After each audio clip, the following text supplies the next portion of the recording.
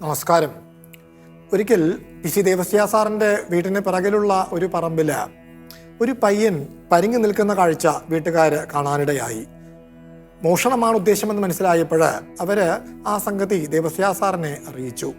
ചുറ്റും വീട്ടുകാർ കൂടി, അല്പം നാട്ടുകാരും ഉണ്ടായിരുന്നിരിക്കണം. ദേവസ്യ സാറ് അവിടെ എത്തി അവനോട്, ആ പയ്യനോട് വളരെ സൗമ്യമായിട്ടാണ് സംസാരിച്ചത്. സ്നേഹത്തിൻ്റെയും കാരുണ്യത്തിൻ്റെയും ഭാഷയിലാണ് അവനോട് സംസാരിച്ചത്. അവൻ്റെ തെറ്റ് അവന് ബോധ്യപ്പെടുത്തി കൊടുക്കുകയും ചെയ്തു. എന്നിട്ട് ആ പറമ്പിലെ മാങ്ങയും മറ്റും കൊടുത്ത് സന്തോഷത്തോടു കൂടിയാണത്രേ അവനെ അവിടെ നിന്ന് പറഞ്ഞയച്ചത്. ചുറ്റും കൂടിയവർക്ക് നിരാശയുണ്ടായി കാണും. ഈ സംഭവം പി.സി. ദേവസ്യ സാറിൻ്റെ 1ാമത്തെ ചരമവാർഷിക ദിനത്തിൽ പുറത്തിറക്കിയ ദേവസ്മൃതി എന്നു പേരായ സ്മരണികയിൽ അദ്ദേഹത്തിൻ്റെ മകൾ ശ്രീമതി ക്രിസ്റ്റി ജോർജ് ഓർത്തെടുക്കുന്നുണ്ട്. അപ്പോൾ ഇവിടെ നാം കാണുന്നത് എന്താണ്? ദേവസ്യ സാറ് അയാളെ നേരെ മറിച്ച് ശകാരിക്കുകയോ ശിക്ഷിക്കുകയോ ചെയ്തിരുന്നെങ്കിൽ തീർച്ചയായും താൽക്കാലികമായിട്ട് അയാൾ സമാനമായ കുറ്റകൃത്യത്തിൽ കുറേ കാലത്തേക്ക് ഏർപ്പെടില്ല എന്ന് വിചാരിക്കാം. പക്ഷേ കാലക്രമേണ ആ ശിക്ഷയുടെ കാഠിന്യം മനസ്സിൽ നിന്ന് മാഞ്ഞു പോകവേ സാഹചര്യം ഒത്തുവരുമ്പോൾ അയാൾ കുറെ കൂടി തീവ്രതയോടെ ഇത്തരം കുറ്റകൃത്യങ്ങളിൽ ഏർപ്പെട്ടു എന്ന് വരാം. അപ്പോൾ ഇത് ശാശ്വതമായ പരിഹാരമാണ് ദേവസ്യ സാറ് അവിടെ മുന്നിൽ കണ്ടത് എന്ന് വിചാരിക്കണം. അപ്പോൾ ഇവിടെ ദേവസ്യ സാറിൽ കണ്ടത് ഒരു സ്നേഹവും കാരുണ്യവും മാത്രമാണോ? അതോടൊപ്പം തന്നെ ഒരു ദീർഘദർശനം കൂടിയില്ലേ? അപ്പോൾ അത്തരമൊരു പിതാവിനെ ദേവസ്യ സാറ് ബൈബിൾ മുൻനിർത്തി ചിത്രീകരിക്കുന്നുണ്ടല്ലോ. അതെ, ഈശോ പറഞ്ഞ ധൂർത്തപുത്രൻ്റെ ഉപമയിൽ അത്തരമൊരു പിതാവിനെ നാം കാണുന്നുണ്ട്. നാം ആ സർഗമാണല്ലോ ഏതാനും എപ്പിസോഡുകളായി ഇവിടെ ചർച്ച ചെയ്തു വരുന്നത്. ഗുഡ്നസ് ടിവിയിലെ എല്ലാ മാന്യപ്രേക്ഷകരെയും ഞങ്ങൾ ഭർഗോ ദേവസ്യ ധീമഹി എന്ന് പേരിട്ട് വിളിക്കുന്ന ക്രിസ്തു ഭാഗവത ചർച്ചയുടെ ഇന്നത്തെ എപ്പിസോഡിലേക്ക് ഹാർദമായി സ്വാഗതം ചെയ്തുകൊള്ളുന്നു. എന്നത്തെയും പോലെ ഇന്നും നമുക്കൊപ്പം സണ്ണിയച്ചനുണ്ട്. പി.സി. ദേവസ്യ സാറിൻ്റെ നേരിട്ടുള്ള ശിഷ്യനും സംസ്കൃത ഭാഷാ സ്നേഹിയും കാഞ്ഞിരപ്പള്ളി രൂപത അംഗവും എൻ്റെ മാന്യ സുഹൃത്തുമായ സണ്ണി കുരുവിള മണിയാകുപാറ എന്ന സണ്ണിയച്ചനെ ഹാർദമായി ഈ എപ്പിസോഡിലേക്ക് സ്വാഗതം ചെയ്തുകൊള്ളുന്നു. ക്രിസ്തു ഭാഗവതത്തിലെ തിരഞ്ഞെടുത്ത ശ്ലോകങ്ങൾ ഗാനാത്മകമായി പാടിത്തരാൻ അതുല്യ രാജേഷ് എന്ന 10ാം തരം വിദ്യാർത്ഥി നമുക്കൊപ്പം ഉണ്ട്. അതുല്യയെ ഹാർദമായി ഈ എപ്പിസോഡിലേക്ക് സ്വാഗതം ചെയ്തുകൊള്ളുന്നു.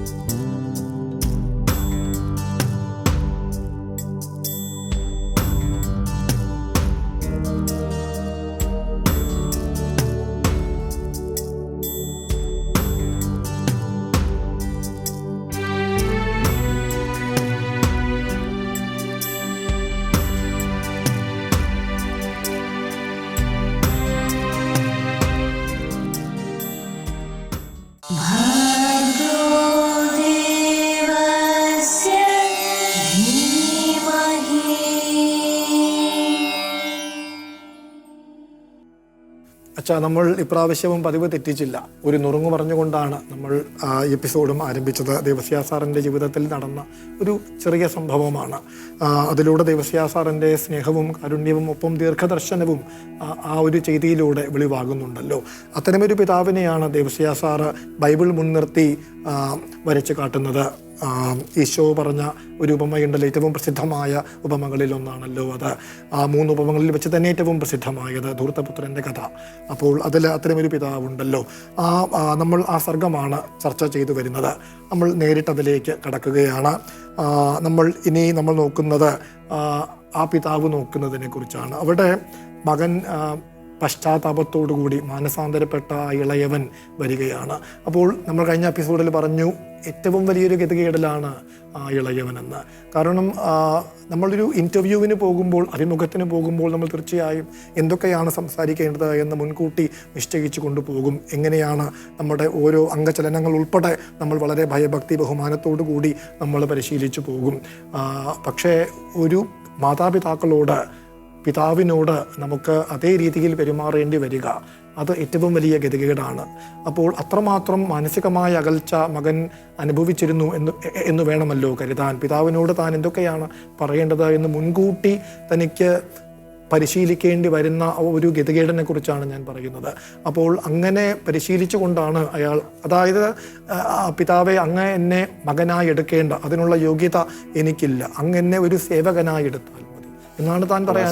ഈ പുള്ളിയുടെ മനസ്സിൻ്റെ അടിത്തട്ടിൽ നിന്ന് ഇങ്ങനെ തികട്ടി വന്നതെന്ന് വേണം നമുക്ക് പറയാം. എന്ന് പറഞ്ഞാൽ അതുപോലെ ഒരു മനസ്താപം ബാധിച്ചിട്ടുണ്ട്. സ്വന്തം മകനായിട്ട് പോലും എന്നെ അംഗീകരിക്കേണ്ട ഒരു ദാസനായിട്ട് അംഗീകരിച്ചാൽ മതി. അപ്പം എത്രമാത്രം ആഴമായൊരു അച്ഛൻ പറഞ്ഞതുപോലെ മാനസാന്തരത്തിന്റെ അങ്ങേയറ്റത്തെ അതിലാണ് ആ വാക്കുകളിൽ നിന്നും ആ വികാരങ്ങളിൽ നിന്നുമാണ് നമ്മൾ എത്രമാത്രം ശുദ്ധിയുള്ള നല്ലൊരു യഥാർത്ഥമായിട്ടുള്ള അനുതാപവും മനസാന്തരമാണെന്ന് മനസ്സിലാക്കും. ഇത്രയും സ്വാഭാവികമായ ഒരു പെരുമാറ്റമാണ്.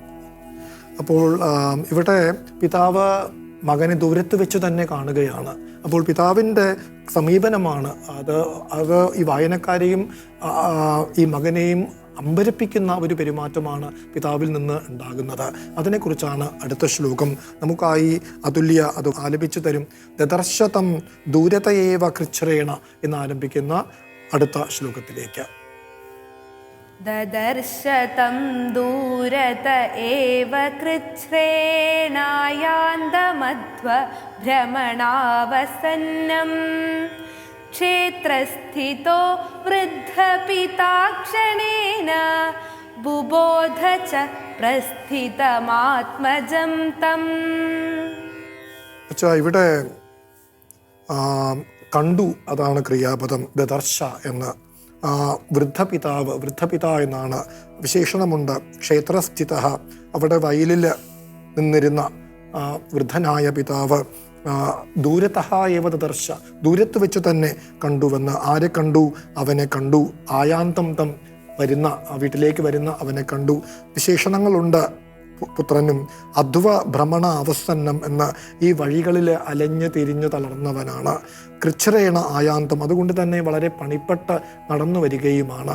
അങ്ങനെയുള്ള അവനെ ദൂരതഃ ഏവ ദദർശ, ദൂരത്ത് വെച്ച് തന്നെ കണ്ടു, മനസ്സിലാവുകയും ചെയ്തു. ക്ഷണനേരം കൊണ്ട് വൃദ്ധനായ പിതാവാണ്. ക്ഷണനേരം കൊണ്ട് ദൂരത്ത് വെച്ച് തന്നെ കണ്ടപ്പോൾ മനസ്സിലാക്കുകയും ചെയ്തു, ഈ വരുന്നത് തൻ്റെ ആത്മജനാണ്, തൻ്റെ മകനാണ് എന്ന്. അപ്പോൾ തം പ്രസ്ഥിതം ആത്മജം ക്ഷണേന ബുബോധച, ആ വരുന്നത് തൻ്റെ മകനാണ് എന്ന ക്ഷണത്തിൽ അദ്ദേഹത്തിന് ബോധ്യപ്പെടുകയും ചെയ്തു. അപ്പോൾ ഇവിടെ എനിക്ക് തോന്നുന്നു അപ്പൻ പ്രതീക്ഷിച്ചിരിക്കുകയാണ്. അപ്പോൾ അവിടെ വഴിക്കണ്ണുമായിട്ട് അപ്പൻ ഇത്രയും കാലം മകനെ പ്രതീക്ഷിച്ചിരിക്കുകയാണ്.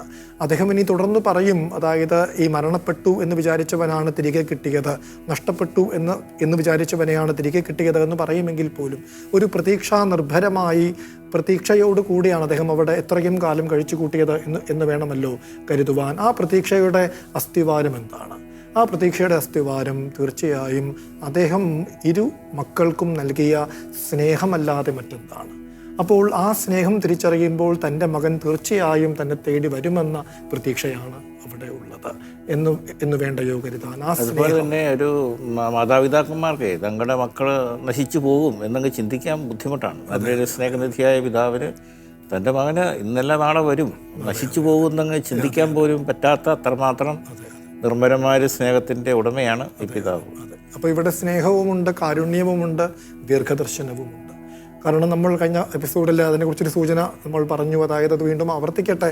അതായത് എന്തുകൊണ്ട് മകനെ അവിടെ തടഞ്ഞു നിർത്തിയില്ല? മകൻ തന്നോട് സ്വത്തിൻ്റെ ഓഹരി ആവശ്യപ്പെടുമ്പോൾ അതുകൊണ്ട് സൂചിതമാകുന്ന അർത്ഥം എന്നെ സംബന്ധിച്ച അച്ഛ അങ്ങ് മരിച്ചുപോയി എന്നാണ്. അപ്പോൾ അത് വലിയ ഒരു ആഘാതമായിരിക്കും പിതാവിൻ്റെ മനസ്സിലുണ്ടാക്കിയതെങ്കിൽ പോലും പിതാവ് അതൊന്നും പുറത്തു കാണിക്കാതെ മകന് സ്വത്തിൻ്റെ ഓഹരി ഭാഗിച്ചു കൊടുക്കുന്നു.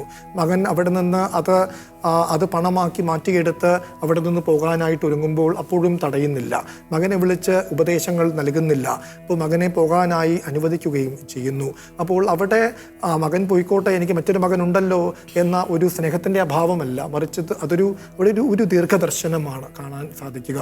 അപ്പോൾ സ്നേഹമുണ്ട്, കാരുണ്യം ഉണ്ട്, ഒപ്പം തന്നെ ആ ദീർഘദർശനം കൂടിയുണ്ട്.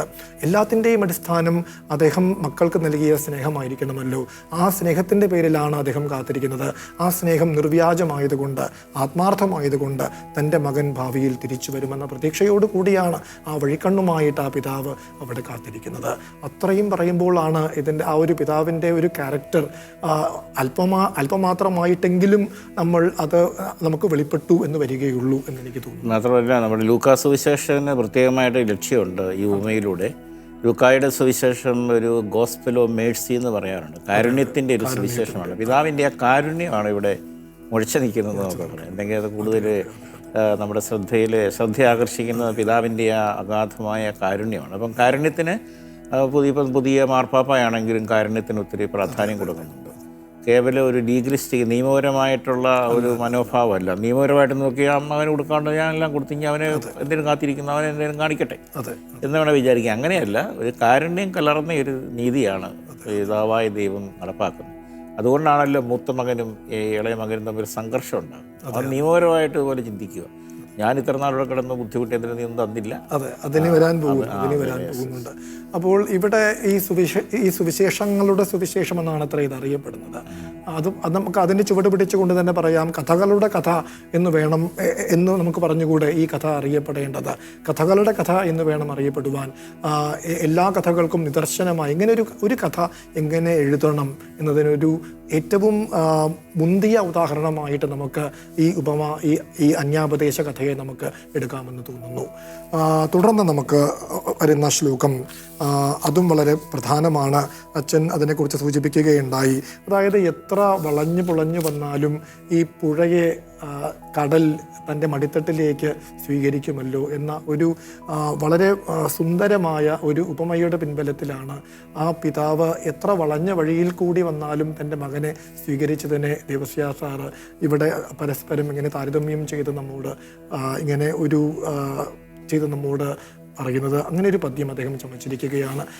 ബൈബിളിൽ അത്തരം വർണ്ണനകളൊന്നും അങ്ങനെ പറഞ്ഞില്ല. മാത്രമല്ല, ഒരു ക്രൈസ്തവ സാഹിത്യം അല്ലെങ്കിൽ ലോക സാഹിത്യത്തിന് തന്നെ നൽകിയ നല്ലൊരു ഉപമയാണത്. കാളിദാസിൻ്റെ ഉപമകളെല്ലാം പ്രകൃതിയിലെ ഓരോ ദൃഷ്ടാന്തങ്ങൾ എടുത്തില്ലേ, ഓരോ ഉദാഹരണം. അതുപോലെ തന്നെ പ്രകൃതിയിലെ കാളിദാസന്റെ ചായ ഉണ്ടെന്ന് പറയുന്നത് ഏറ്റവും നല്ലൊരു ഉദാഹരണമാണ്. അത് ഒരു കറക്റ്റ് സ്ഥലത്താണ്, ശരിയായിട്ട് ഇണങ്ങുന്ന രീതിയിലാണ് സാർ ചെയ്തിരിക്കുന്നത്. അധികം കൂട്ടിച്ചേർക്കലൊന്നുമില്ല. കൂട്ടിച്ചേർത്തിരിക്കുന്നത് നമുക്ക് വിടർത്തി കളയാൻ പറ്റാത്ത രീതിയിൽ. അതെ, തീർച്ചയായും. നമുക്ക് ആ പദ്യത്തിലേക്ക് കടക്കാം. നമുക്ക് ആ അതുല്യ ആ ശ്ലോകം ആലപിച്ചു തരും. സ്ഖലന്നപി എന്നാരംഭിക്കുന്ന അടുത്ത ശ്ലോകമാണ്. സ്ഖലന്നപി ക്ഷേത്രതലാജ്ജഗാമ പിതാ ഗൃഹീത്വാ സുതമാലിലിംഗ ആഭുഗ്നമാർഗാമപി സംഗമോത്കാം ഗൃഹ്ണാതി സിന്ധുസ്തടിനീം നിജാംഗേ. ഇവിടെ ഇതിൻ്റെ അന്വയം ഒന്ന് പറഞ്ഞേക്കാം. പിതാ സ്ഖലന്നപി, അപ്പോൾ പിതാവ് ഇടറിയ കാൽവയ്പോട് കൂടിയാണ്. അപ്പോൾ തൊട്ടുമുൻ ശ്ലോകത്തിൽ ദേവസ്യ സാറ് പിതാവ് വയോധികനായത് ചൂണ്ടിക്കാണിച്ചു. ഇവിടെ ആ വാക്കിന് പകരം ഇടറിയ കാൽവയ്പോട് കൂടിയാണ് മകനെ കാണാനായിട്ട് പോകുന്നത്. അങ്ങോട്ട് പോയാണ് ആലിംഗനം ചെയ്യുന്നത്. മകൻ ഇങ്ങോട്ട് വരും വരെ കാത്തിരിക്കുന്നു പോലുമില്ല. അപ്പോൾ ഇടറിയ കാൽവയ്പ് എന്നുള്ള കാല ദൈർഘ്യം കൂടെ സൂചിപ്പിക്കുന്നുണ്ട്. അത്ര കുറേ നാൾ കഴിഞ്ഞിട്ടായിരിക്കുമല്ലോ ഈ മകൻ വരുന്നത്. അപ്പോൾ അതുവരെ ഉള്ള കാലഘട്ടത്തെ വാർദ്ധക്യം കൂടുതലായിട്ട് ബാധിച്ചിട്ടുണ്ട് എന്നുള്ളൊരു സൂചന. എങ്കിൽ പോലും മകനെ അങ്ങോട്ട് ചെന്ന് ആലിംഗനം ചെയ്യുകയാണ് ആ പിതാവ്. അപ്പോൾ ക്ഷേത്രതലാത്ത് ജഗാമ, താൻ വയലിലായിരുന്നല്ലോ നിന്നിരുന്നത്, അവിടെ നിന്ന് പുറപ്പെട്ടു പോയി. പിന്നെയോ സുതം ഗൃഹീത്വ ആലിലിംഗ എന്ന് മകനെ പിടിച്ചാശ്ലേഷിച്ചു എന്ന്. സിന്ധുഹു ആഭുഗ്നമാർഗാം അപ്പി സംഗമോത്കാം തട്ടിനീം നിജാങ്കേ ഗൃഹാതി. അവിടെയാണ് ഒരു അച്ഛന് ഏറ്റവും ഇഷ്ടപ്പെട്ട ഒരു ഉപമ പ്രയോഗം വരുന്നത്. സിന്ധുഹു സാഗരം, അത് സ്വീകരിക്കുമല്ലോ, ഗൃഹാതി സ്വീകരിക്കുമല്ലോ, നിജാങ്കേ ഗൃഹാതി തൻ്റെ മടിത്തട്ടിലേക്ക് സ്വീകരിക്കുമല്ലോ. എന്തിനെ? പുഴയെ, നദിയെ, തട്ടിനീം എന്ന ഇങ്ങനെയുള്ള നദിയെയാണ്. എങ്ങനെയൊക്കെ ഏത് രീതിയിൽ പൊളഞ്ഞൊക്കെ വന്നുകൊള്ളട്ടെ. ആഭുഗ്നമാർഗാമപി എന്നാണ് പറയുന്നത്, അതായത് വളഞ്ഞ വഴികളിൽ കൂടി ഒഴുകി വരുന്നതെങ്കിലും. അപ്പോൾ പക്ഷേ ഒരു കണ്ടീഷനുണ്ട്, ഒരു നിബന്ധനയുണ്ട്. സംഗമോത്കാം, അത് സംഗമിക്കാൻ ആഗ്രഹിക്കുന്ന നദിയെ. സംഗമിക്കാൻ ആഗ്രഹിക്കുന്നുവെങ്കിൽ, ചേരാൻ ഇച്ഛിക്കുന്നുവെങ്കിൽ ആ നദി എങ്ങനെ വളഞ്ഞു വന്നാലും സമുദ്രം തൻ്റെ മടിത്തട്ടിലേക്ക് സ്വീകരിക്കുമല്ലോ. അതുപോലെ തൻ്റെ മകൻ എത്ര വളഞ്ഞ വഴികളിൽ കൂടി ചെന്നാലും ഇവിടെ വരാൻ ഇച്ഛിച്ചുവല്ലോ, ആ ഒറ്റ ഒരു കാരണം കൊണ്ട് പിതാവ് അങ്ങോട്ട് ചെന്ന മകനെ ആശ്ലേഷിക്കുകയാണ്. വളരെ മനോഹരമായ ഒരു ശ്ലോകമാണല്ലോ ഇത്.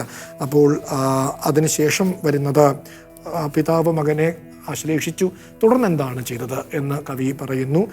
ഈ ഉപമയൊന്നും എന്തായാലും ബൈബിളിൽ ഇല്ല. അത് ദേവസ്യാസാറിന്റെ മാത്രം സംഭാവനയാണ്. മഹാകാവ്യമായതുകൊണ്ട് കൂട്ടിച്ചേർത്തിട്ടുള്ളൂ, കൂട്ടിച്ചേർത്ത് ഗംഭീരമായിരിക്കും.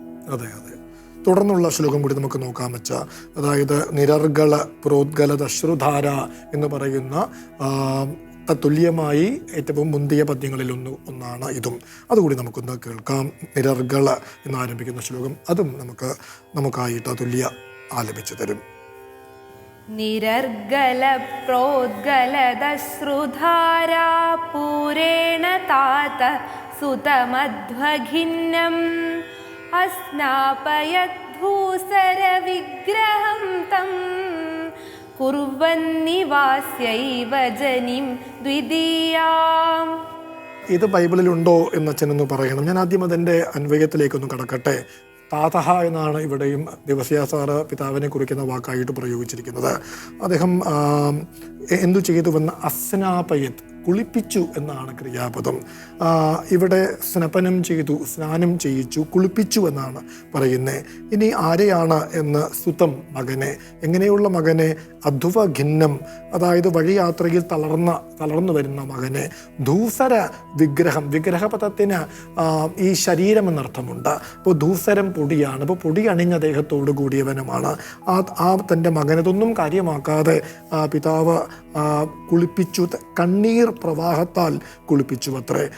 അത് നിരർഗളമായി ഒഴുകിയത്രേ കണ്ണുനീര്. അതായത് പിതാവ് കണ്ണീർ വാർത്തുകൊണ്ട് മകനെ ആശ്ലേഷിച്ചപ്പോൾ ദേവസ്യാസാറ് വർണ്ണിക്കുകയാണ്, പിതാവ് തൻ്റെ കണ്ണീർ പ്രവാഹം കൊണ്ട് മകനെ കുളിപ്പിച്ചുവെന്ന്. അപ്പോൾ നിരർഗള പ്രോദ്ഗലത് അശ്രുധാരാ പൂരേണ എന്നൊരു സമസ്ത പദമാണ്. അപ്പോൾ നിരർഗള ഇങ്ങനെ സ്വച്ഛന്തം പ്രവഹിക്കുന്ന, പ്രോദ്ഗലത് അശ്രുധാരാ പൂരേണ എന്ന ഈ കണ്ണീർ പ്രവാഹത്താൽ ഈ സ്നപനം ചെയ്യിച്ചുവെന്ന്. അപ്പോൾ അവിടെ ദേവസ്യാസാർ അങ്ങനെ കുളിപ്പിച്ചപ്പോൾ ദേവസ്യാസാർ അതിനെ വർണ്ണിക്കുകയാണ്, അവന് രണ്ടാമത്തെ ജന്മം നൽകിയിട്ടെന്ന പോലെ. ദ്വിതീയാം ജനിം കുർവന്നിവ, അവനൊരു രണ്ടാമത്തെ ജന്മം നൽകിയിട്ടെന്ന പോലെ എന്ന്. അപ്പോൾ ഈ ബാപ്റ്റിസം എന്നൊരു സംഗതിയുണ്ടല്ലോ, ജ്ഞാനസ്നാനം, അതാണ് ഇവിടെ സൂചിപ്പിക്കുന്നത്. ബൈബിളിൽ ഈ ഭാഗത്ത് അതൊക്കെ ഉണ്ടോ? ഈ ഭാഗത്ത് ഇതില്ല. പിതാവായ ദൈവം ഇങ്ങനെ കരഞ്ഞു എന്നുള്ള ആ പ്രസ്താവന ബൈബിളിലില്ല. ഇത് സാറിൻ്റെ ഒരു കൂട്ടിച്ചേർക്കലാണ്. പക്ഷേ ഇത് ഒത്തിരി അർത്ഥഗംഭീരമാണ്. കാരണം എന്താ വെച്ച് കഴിഞ്ഞാൽ മാമോദീസായ്ക്കകത്തും ജലമാണല്ലോ തളിക്കുന്നത്, ജലത്തിലാണല്ലോ കുളിപ്പിക്കുന്നത്. അപ്പോൾ അതൊരു വീണ്ടും ജനിക്കുന്നില്ലെങ്കിൽ സ്വർഗ്ഗരാജ്യത്തിൽ പ്രവേശിക്കാൻ സാധ്യമല്ല. ഒരു രണ്ടാമത്തെ ജനനം സ്വർഗ്ഗരാജ്യത്തിൽ പ്രവേശിക്കാൻ ആവശ്യമാണെന്ന് ക്രിസ്തു പറയുന്നുണ്ട്. അപ്പോൾ ഇവിടുത്തെ ജലം എന്ന് പറയുന്നത് എന്താണ്? പിതാവിൻ്റെ കണ്ണുനീരാണ്. അത് ലോകസാഹിത്യത്തിൽ തന്നെ മുൻപന്തി നിൽക്കുന്ന ഒരു പ്രസ്താവനയാണ്.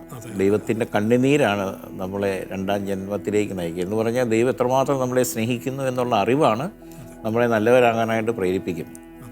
ദൈവമാണ് നമ്മളെ ആദ്യം സ്നേഹിക്കുന്നത്. അത് തിരിച്ചറിയുന്നതാണ് നമ്മുടെ വിശുദ്ധി എന്ന് പറയുന്നത്. എന്നിട്ട് തിരിച്ചറിഞ്ഞുകൊണ്ട് ദൈവത്തിൻ്റെ വാക്കുകളനുസരിച്ച് പോവുകയാണ് പുണ്യപ്പെട്ട ജീവിതം അല്ലെങ്കിൽ പുണ്യജീവിതം, വിശുദ്ധ ജീവിതം എന്ന് പറയുന്നത്. അങ്ങനെ ആ പിതാവിൻ്റെ സ്നേഹമാണ് ഇവിടെ വളരെ അപ്പോൾ ഈ മകനെ എത്ര കാലം കഴിഞ്ഞിട്ട് കാണാനിടയായപ്പോൾ പിതാവ് കണ്ണീർ വാർത്തു എന്നതിനെയാണ് ദേവസ്യ സാറ് അവന് രണ്ടാം ജന്മം നൽകിയിട്ടെന്ന പോലെ ആ മകനെ കണ്ണീർ കൊണ്ട് കുളിപ്പിച്ചു, ജ്ഞാനസ്നാനം ചെയ്യിച്ചു എന്ന് പറയുന്നതിലൂടെ അർത്ഥമാക്കുന്നത്.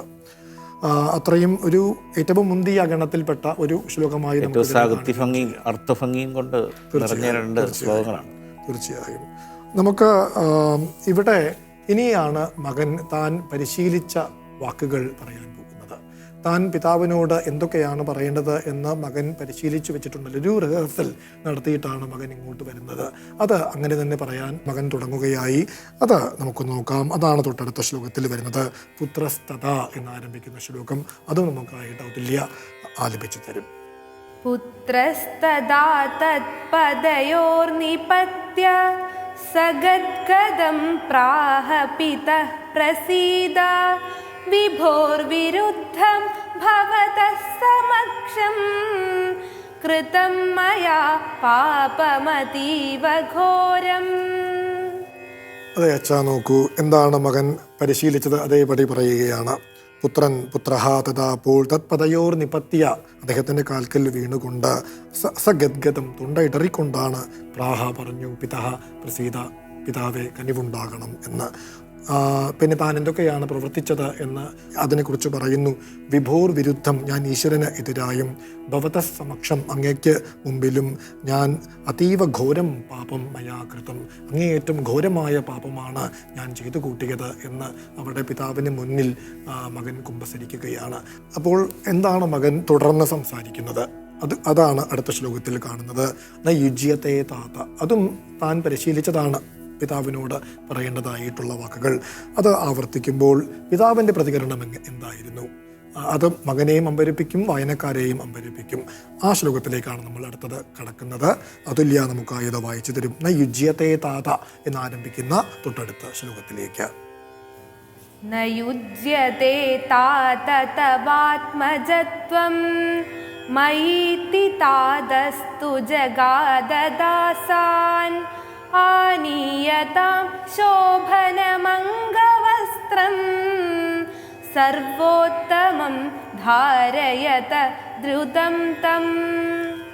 നോക്കു വച്ച താത എന്ന് വിളിച്ചുകൊണ്ടാണ് മകൻ സംസാരിക്കുന്നത്. താത പിതാവേ എന്ന്. ന യുജ്യത്തെ എന്ന് ഇണങ്ങുകയില്ല, യോജിക്കില്ല. എന്തോന്ന്? തവ ആത്മജത്വം അങ്ങയുടെ പുത്രൻ എന്ന നില. ആർക്ക്? എനിക്ക്. മയി. അപ്പോൾ എനിക്ക് അങ്ങയുടെ മകനായിരിക്കാൻ യോഗ്യതയില്ല എന്ന് പറഞ്ഞുകൊണ്ട് തുടർന്ന് എന്താണ് അയാൾ പറയാൻ ഉദ്ദേശിക്കുന്നത് നമുക്കറിയാം. കാരണം അദ്ദേഹം അയാളെ റിഹേഴ്സൽ നോക്കിയതാണ്. അങ്ങയുടെ ദാസന്മാരിൽ ഒരാളായി എന്നെ കണക്കാക്കിയാൽ മതി, എനിക്ക് അതിനുള്ള യോഗ്യത മാത്രമേ ഉള്ളൂ എന്നാണ് ഇനി പറയാൻ പോകുന്നത്. അങ്ങയുടെ ദാസന്മാരിൽ ഒരാളായി എന്നെ കണക്കാക്കിയാൽ മതി എന്ന സംഭാഷണമാണ് തുടർന്ന് പറയേണ്ടത്. ആ ദാസപദം പറയാൻ തുടങ്ങുമ്പോഴേക്കും പക്ഷേ ഒരു സംശയമുണ്ട്. ദാസപദം പറയാൻ മകന് സാധിക്കുമോ? കാരണം പിതാവ് അങ്ങോട്ട് ചെന്ന് തന്നെ ആലിംഗനം ചെയ്തതാണ്.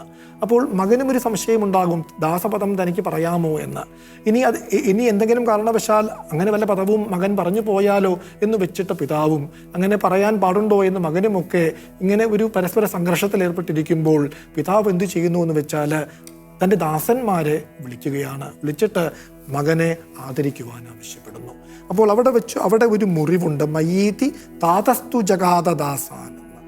പിതാവ് ദാസന്മാരെ, അതായത് തൻ്റെ സേവകന്മാരെ വിളിപ്പിക്കുകയാണ്. എന്നിട്ട് പറയുന്നു ആനികതാം കൊണ്ടുവരൂ എന്ന.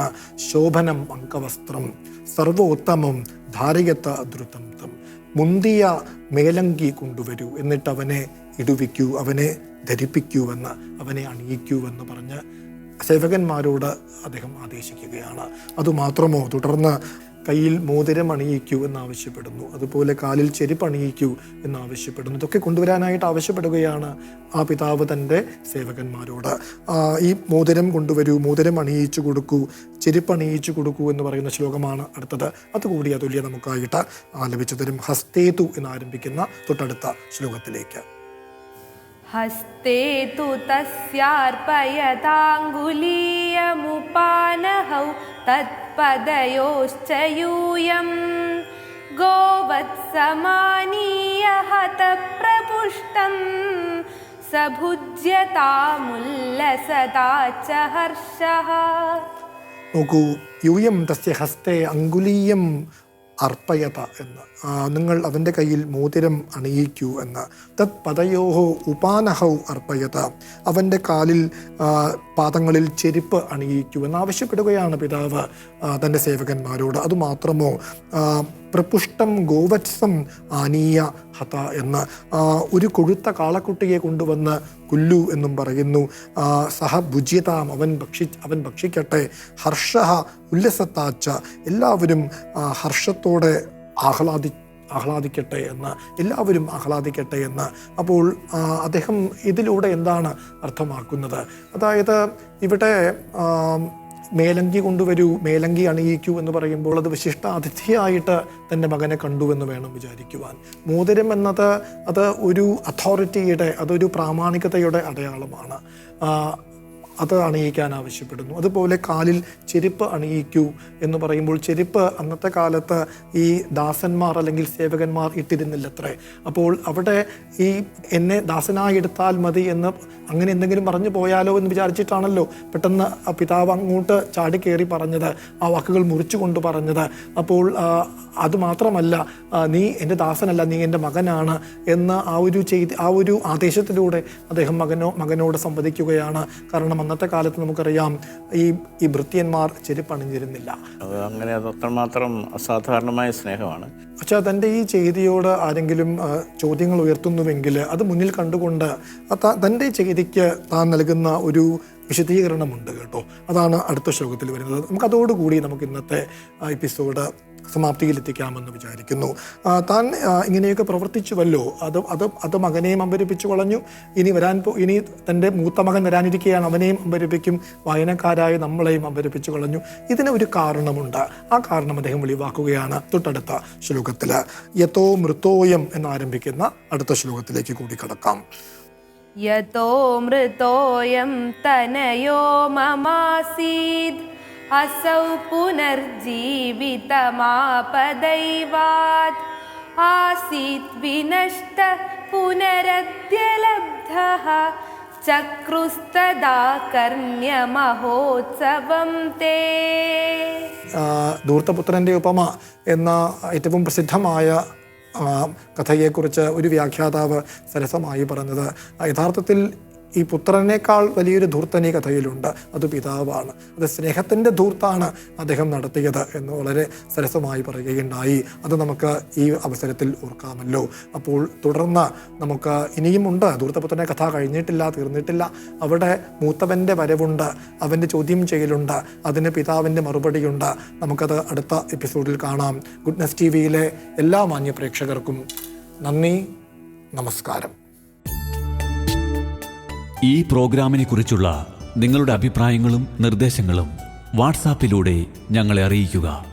അറിയിക്കേണ്ട നമ്പർ 9074576022.